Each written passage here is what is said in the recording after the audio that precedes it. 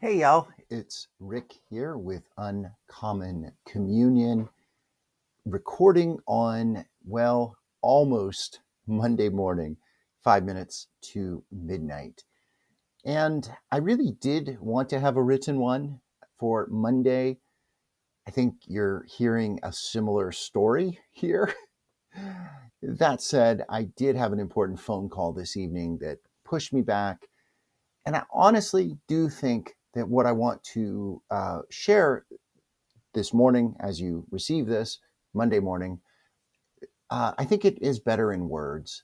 So let's begin as we always begin here with the prayer, the remembrance, the acknowledgement, the celebration that we are always and everywhere in the holy presence of the more and each other.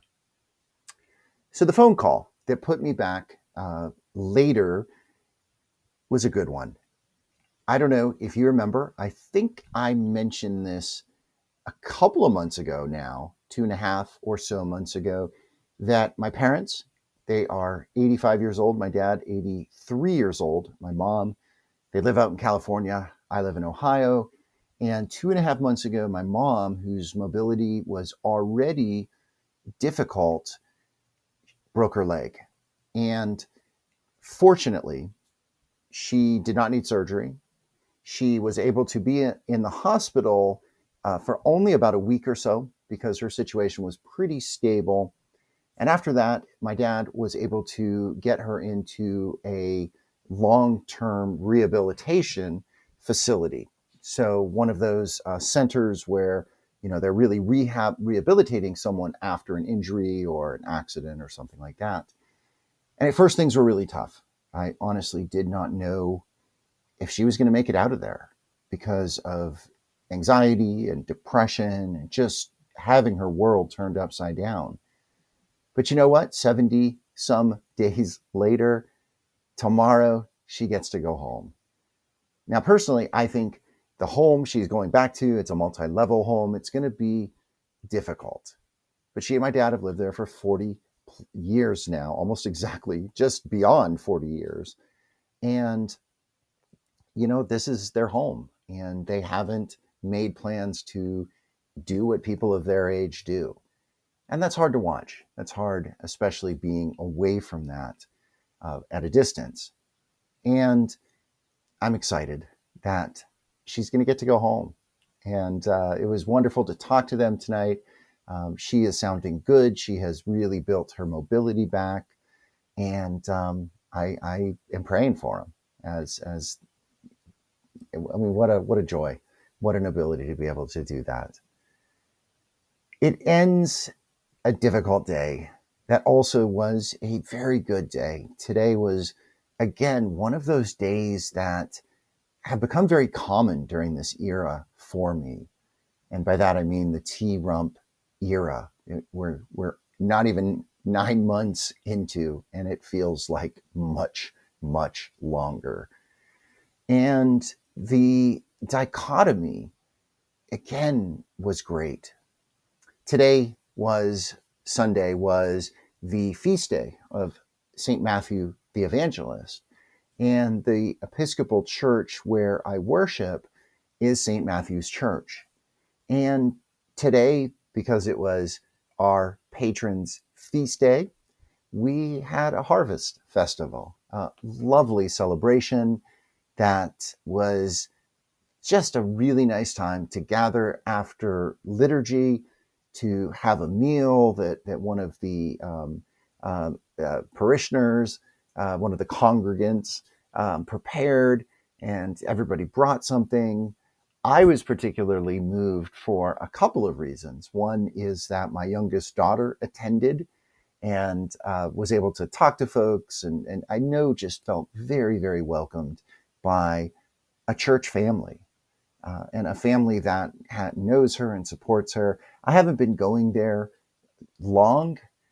Nevertheless, they know me, the small group of people. It's not a very big church, but they know me and love me and support me, and therefore my family as well. And that is such a wonderful feeling to have.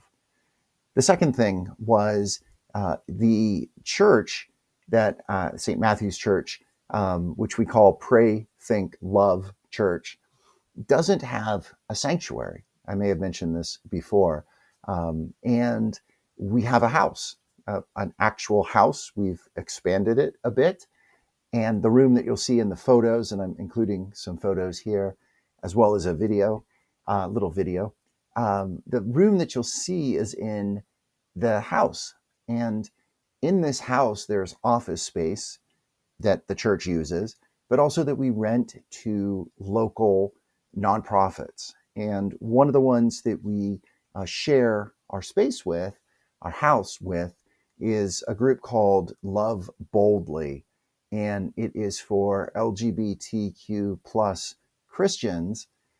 And we had one of their leader, I believe, their overall leader, came and lunched with us and spoke with us, and I know for me, inspired us. And just so wonderful. The flag behind me means a lot because of the family members that I have that are transgender, for having close friends who are gay or lesbian or queer, and just having a deep sense of allyship, being an ally and a supporter, and one who wants inclusion. Just having that today was so nice and so wonderful. The hard part about it, as we think about church, is I received on my phone the notification of the mass shooting and arson, devastation of the Mormon church in Michigan. And as I go to record this, as I am recording this, the death toll is 4 and many injured. And because the church burned basically to the ground, there are still people missing and unaccounted for. So the number of dead is likely to rise. And here we are again, folks, with just a horrific act. If you remember a few weeks ago when there was this shooting at the Catholic school that affected me very personally, because the children were at mass, and here again there were people, I'm sure children and families, that were worshiping and had this 40-year-old veteran, which we don't know very much about. We don't know his story. We don't know his motive. We don't know. And yet people are jumping to conclusions again. And by people, I mean MAGA people. So y'all, it is a difficult time, and my heart goes out to those people.